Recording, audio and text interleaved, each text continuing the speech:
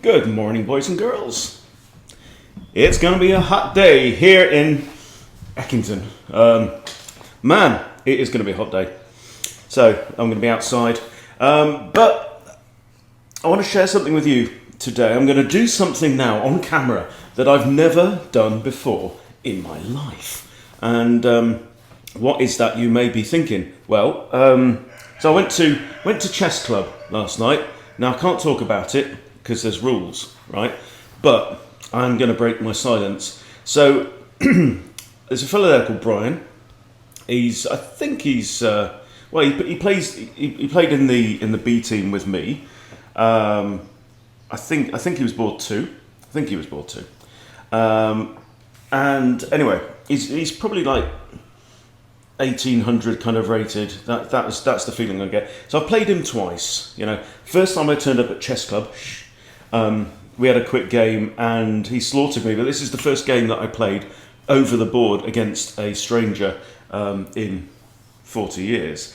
I left my queen and my king in line, and he just pinned my queen with a bishop, and that was it. I think I was white there, and he played a pits, right? And then yesterday we played again. He had the white pieces, and he played the King's Indian attack, right? And he was chatting to me as we played. He knew exactly what to do, right? And finished me off again with I lost my queen, right? So, and I played what seemed to be all the kind of normal moves. So something like this. So he starts with the knight out. This calls it the Zukertort opening here, or the Reti. Okay. So I just played normal moves, right? And he fianchettoed, and he went and castled, and then he pushed his queen's pawn, and knight went to d2, and then eventually I think I ended up castling long, and he came in with e4 to open up the centre, and I think my queen was on d7, and he came in with an attack here anyway because his queen came out to there.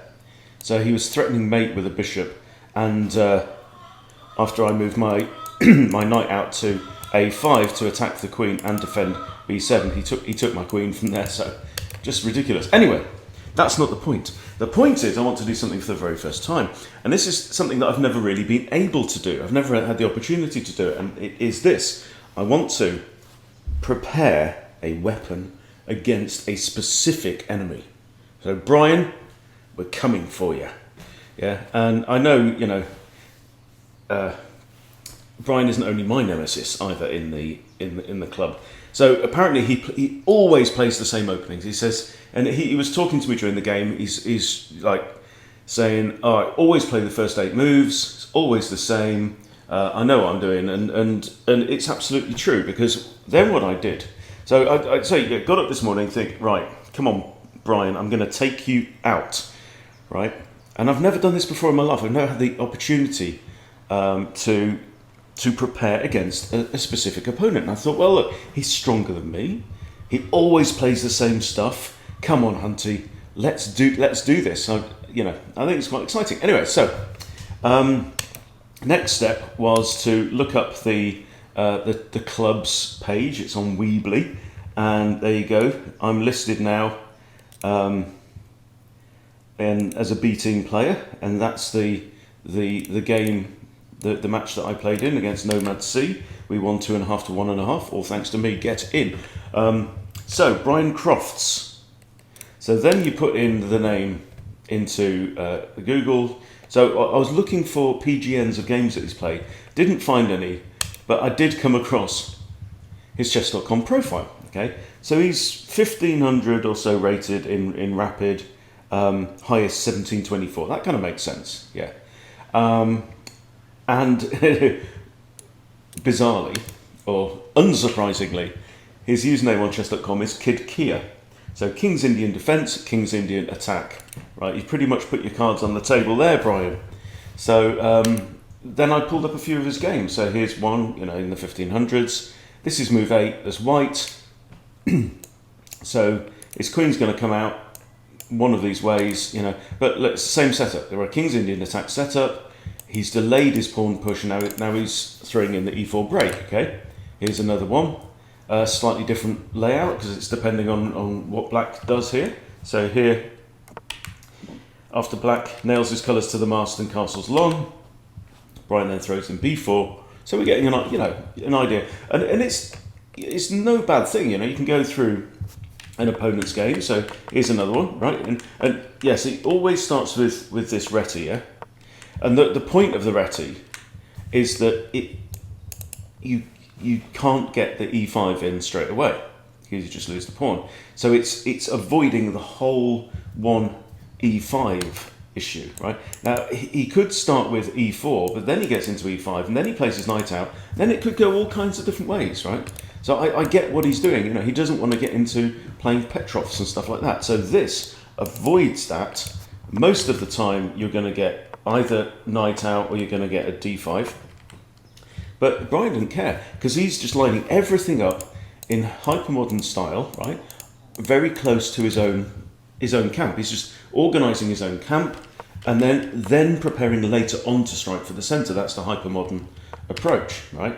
Now in this case, because black throws out the bishop, he can get in an immediate d4 with tempo, for example, right? So really, really interesting to look through other players' games and to try and annotate them. This is something I think we're going to be trying in Chess Bootcamp Live as well, based on the Chernev book that we've been working through. I think actually going through that exercise and adding notes to someone else's game, or even your own game, but add notes of why did my opponent play that, really figure it out, really understand it. It's the understanding the why of moves is how we grow. Okay, so yeah, there's one more here. So here's an alternative, right? So again, same kind of opening. Again, c3. Okay, and here is d4, right? So just different variations on the themes. And then I thought, well, a quicker way to go about things is to put Brian's username, KidKia, into openingtree.com, right? And we can look at the games here. Now, so it's pulled in 1,000 odd games from chess.com using his username, with him as white, okay? He's got 934 wins, 856 losses. He's played knight f3 1,911 times. He played knight c3 once by accident and lost. Okay, so the interesting thing is now we can drill into not only what Brian's going to play, but what works best against him. Okay, so again, we can hover over these and we can see the percentages. So what he's doing. So we're looking for an approach, right, against this that he doesn't enjoy. Okay, and I'm looking for one specific move here. It's right down the bottom. Look at this b5, right? Actually, the best performing move, move one. Brian has faced b5 5 times. He's got 1 win, 1 draw, and 3 losses. And that, I think, is interesting. So what I'm going to do now is go back to the Lichess analysis board.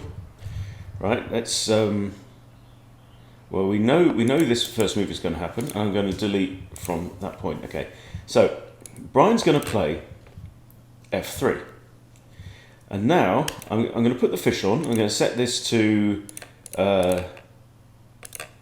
2,000 and 2,200 at rapid and classical.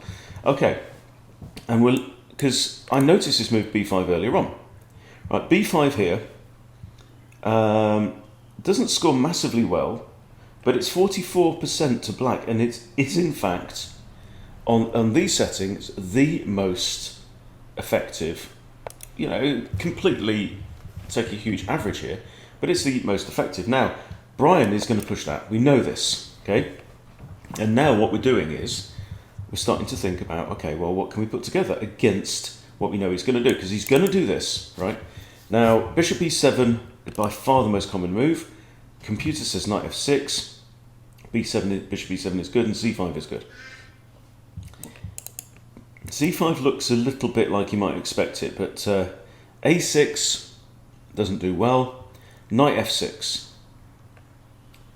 Okay, knight f6 got good results, and it's the computer's recommendation. So let's think about this. So the idea here is I'm not necessarily going to try and choose a specific move order, but it's more kind of a case of this is the setup that I'm going for. Let's just check this on opening tree, right?